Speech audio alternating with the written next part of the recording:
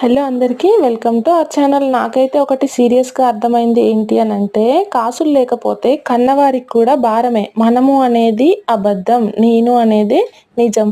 ఇది నిజమా కాదా కామెంట్ బాక్స్లో కామెంట్ చేయండి. నచ్చితే వీడియోకి ఒక లైక్ ఇవ్వండి. అంతే. ఈరోజు చింతపండు పులిహోర రెసిపీ కూడా చూసేద్దాం రండి. చింతపండు పులుసుని ఇలా దగ్గరికి ఎక్కువ వాటర్ చేయకుండా పిసుక్కొని ఆ పులుసుని ఇలా మరిగించుకోవాలి. ఆ మరిగే పులుసులో పసుపు, మెంతులు, జీలకర్ర, పచ్చిమిర్చి వేసి మరిగించుకోవాలి. సాల్ట్ కూడా వేసేసుకోవాలి. ఆ తర్వాత పక్కన రైస్ని పెట్టేసుకొని రైస్లో కొంచెం ఆయిల్ వేసేసుకొని ఉడికించుకుంటే రైస్ పుల్లలు పుల్లలుగా వస్తుంది.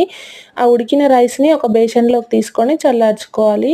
ఈ మరిగిన పులుసుని కూడా పక్కన పెట్టేసుకోవాలి. ఆ తర్వాత తాలింపు వేసేసుకోవాలి. తాలింపులోకి తాలింపు దినుసులు అందరికీ తెలిసినవే ఉంటాయి కదా.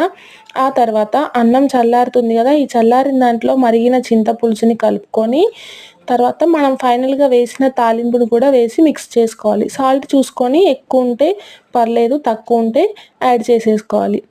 టేస్టీ పులిహోర అయితే రెడీ. మరి మీలో ఎంతమందికి చింతపండు పులిహోర అంటే ఇష్టమో రండి కామెంట్ బాక్స్లో మాట్లాడుకుందాం. వీడియోకి అయితే ఒక లైక్ ఇచ్చి వెళ్ళడం మర్చిపోకండి.